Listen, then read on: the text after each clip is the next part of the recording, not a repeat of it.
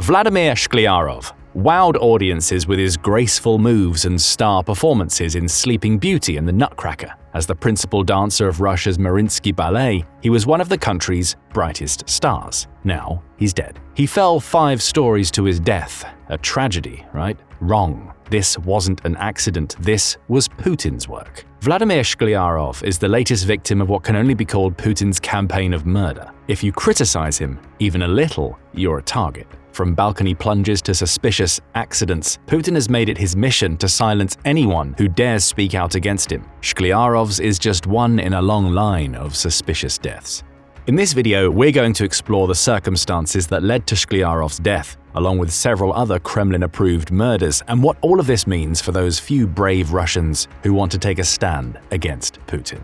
For Shklyarov, it all started with a social media post in March 2022. "I am against any warfare. I want neither wars nor borders." A later post read, "Politicians should be able to negotiate without shooting and killing civilians. For this, they were given a tongue and a head." Both of these posts were made during the early weeks of Putin's special military operation, and to Western eyes, they seem fairly innocuous. Yes, Shklyarov was critical of Russia's approach to Ukraine, but the posts were made by a man who simply desires peace, and they were soon gone. Shklyarov later deleted his critical posts from social media and chose not to speak about the war again. It didn't matter. His early stance had put him squarely on the Kremlin's radar. Fast forward to November 16th, 2024, and Shklyarov was dead, the victim of an alleged fall from the 5th floor of a building. Head of Mariinsky Theatre press service Anna Kasatkina was quick to release a statement, telling the state-sponsored Fontanka station that the famous ballet dancer was taking some serious painkillers as he prepared for a complex spinal surgery he'd require as a result of decades of dancing.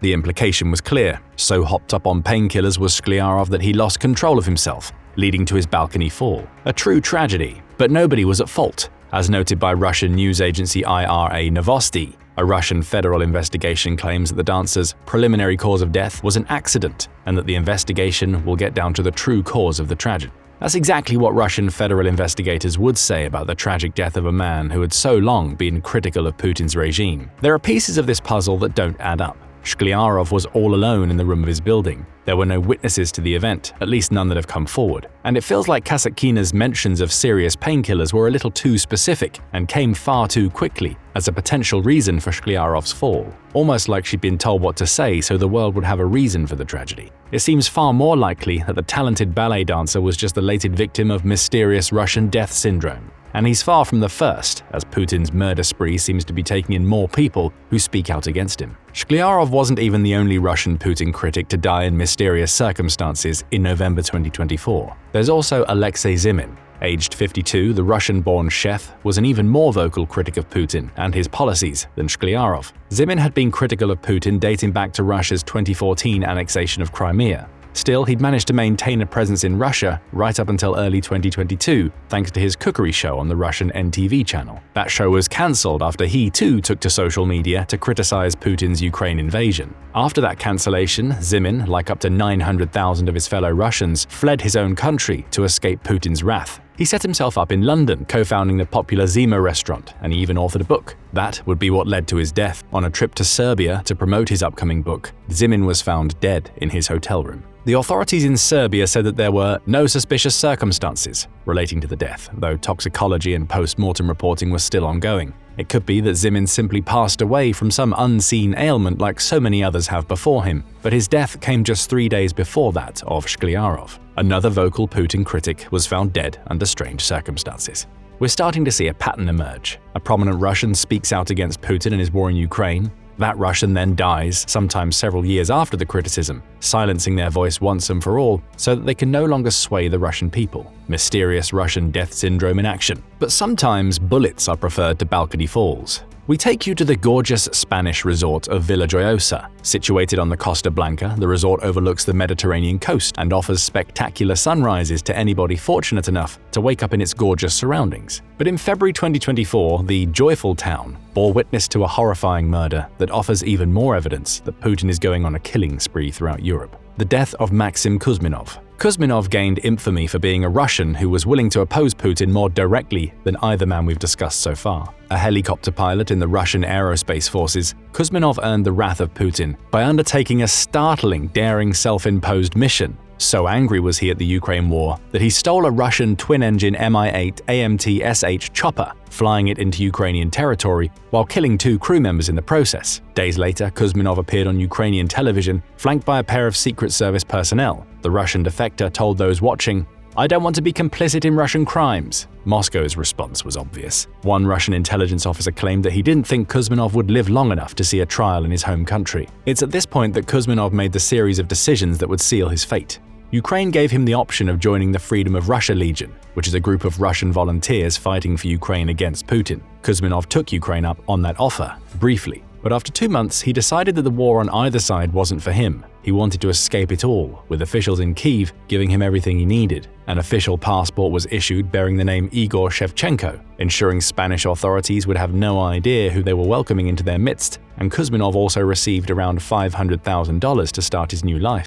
With that, Kuzminov was ready to ship out to Villa Gioiosa, a resort town of 36,000 people, 800 of whom are Russian, and a further 1,200 being Ukrainian. It appears the defector wanted to enjoy a place that could offer a small slice of home, even as he attempted to live under the radar. He would fail in that mission spectacularly. Instead, Kuzminov would fall victim to one of the most blatant assassinations Putin has carried out. Kuzminov made mistakes that led to his death. The Guardian's February 24, 2024 report on the incident says that the defector likely felt anonymous in his new home. Enjoying life on the 9th floor of an apartment complex, he would have experienced the life in constant flux. Russian and Ukrainian tourists would have been all around, though most wouldn't stay for long, and would perhaps not think much of the Russian man enjoying a few drinks and bragging about his exploits in the war. Kuzminov even grew so confident in his newfound anonymity that he even apparently invited his ex-spouse to visit him. Unconfirmed reports say that that's how Russian intelligence managed to track the defector, perhaps leading to weeks of surveillance activity through which the former pilot's future assassins tracked Kuzminov's routine. On February 13th, those assassins made their move, and nobody saw them do it. Kuzminov's body was found in a nondescript parking garage. The defector was riddled with bullet holes in a scene that appeared to have been pulled straight out of a Martin Scorsese film. Speaking about the incident, Kuzminov's building's handyman said, "I was inside a section of the garage cleaning, and I heard a car speeding up the ramp really fast. That handyman went to investigate the commotion, which is when he saw Kuzminov's body lying face up on the pavement. The defector was dead. Russian bullets had pierced his heart, ribs, and stomach, with Spanish authorities later stating that the former pilot had been shot 6 times. CCTV footage, which hasn't been made available to the public, showed a pair of assassins entering the parking garage and hiding out in the backseat of their car awaiting the defector. They were patient. Peering out from behind tinted glass, the killers waited for 5 hours until Kuzminov finally showed up. After that, the killing was quick. The assassins emerged, sprayed the former pilot's body with bullets, leapt back into their car, and drove off at high speed. No gunshots were heard, suggesting that the assassins were using silencers to ensure they had time to make their getaway before any prying eyes landed upon them. This was no sloppy job. As Michael Weiss, the US editor of The Insider, points out, the murder bears all the hallmarks of a professional hit. Speaking to 60 Minutes, Weiss says that his magazine's investigations show that Kuzminov was being surveilled for weeks, if not months, beforehand, because the killers knew his movements. It's unknown what weapons the assassins used, with the most likely being a pistol, but the bullets left behind in the slaughter were Russian in origin. Kuzminov became yet another victim of the mysterious Russian death syndrome. Only it doesn't seem like there should be much that's mysterious about this particular death. Unlike the 2 other unfortunate Russians we've covered so far, Kuzminov was blatantly murdered in cold blood. There were no attempts to make his death look like an accident, as was the case with Shklyarov's balcony plunge, and no strange and sudden death inside a hotel room, as we saw with Zimit.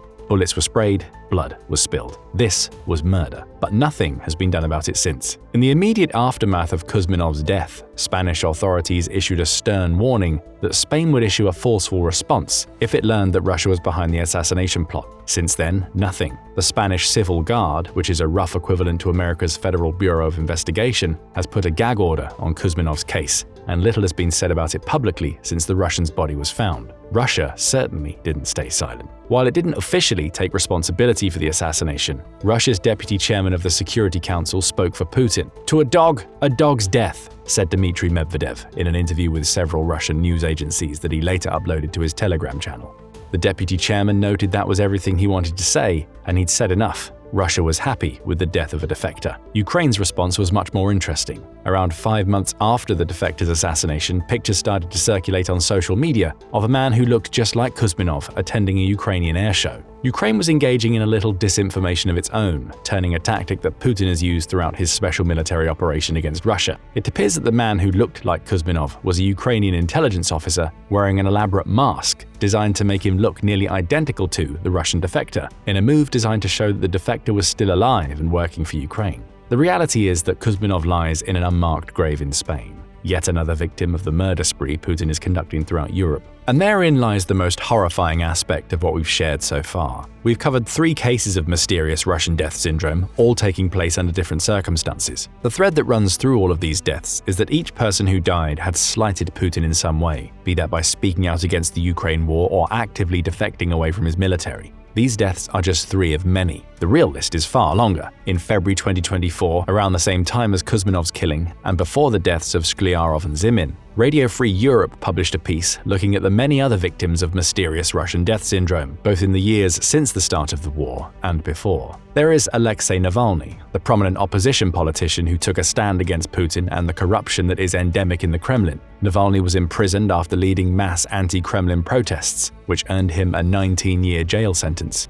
He barely saw any of that sentence. Navalny fell ill after taking a walk, according to Russia's Federal Penitentiary Service. He collapsed, losing consciousness and passing away. Russia put out a statement saying that Navalny's cause of death was being established. Putin likely already knew exactly why his fiercest opponent lay dead on the grounds of the Arctic prison to which he'd sent him. Or what about Yevgeny Prigozhin, the former leader of the Wagner mercenary group that had been so prominent during the war, was no friend of Putin in the last months of his life, despite being a supporter for most of his career. The mercenary leader even led a short-lived march on Moscow, though that quickly ended, seemingly out of nowhere, with Prigozhin calling the budding mutiny off. On August 23, 2023, Prigozhin died in a plane crash, along with several of his associates. That is shrouded in mystery. Prigozhin committed the crime of making Putin look fallible with his march on Moscow, showcasing that there are limits to Putin's control. He paid the price. And the list goes on and on, stretching far back before the Ukraine war began. The anti-Kremlin Liberal Russia Party leader Sergei Yushchenkov was shot in front of his home in 2003. Former Russian security agent Alexander Litvinenko died after being poisoned with radioactive polonium-210 laced into his tea. In that case, a pair of Russians named Andrei Lugovoy and Dmitry Kovtun were accused of being his killers. Moscow refused to extradite the pair. Why would it? They acted on Putin's behalf. Putin clearly had priors before he began his special military operation. They ramped up once it started. If you were part of Russia's elite during the start of Putin's war, you were in clear danger. The early stages of 2022 saw Putin go on an assassination rampage. Pavel Antov, a sausage tycoon, died after falling from a window in his hotel in India. Soon after he'd showcased little enthusiasm for Putin's war, he joined one of his colleagues who also took a plunge out of a window in the very same hotel just 2 days prior. Add Shkliarov to this list and you get a strange number of anti-Putin Russians falling out of windows. Something tells us this isn't a basic safety issue.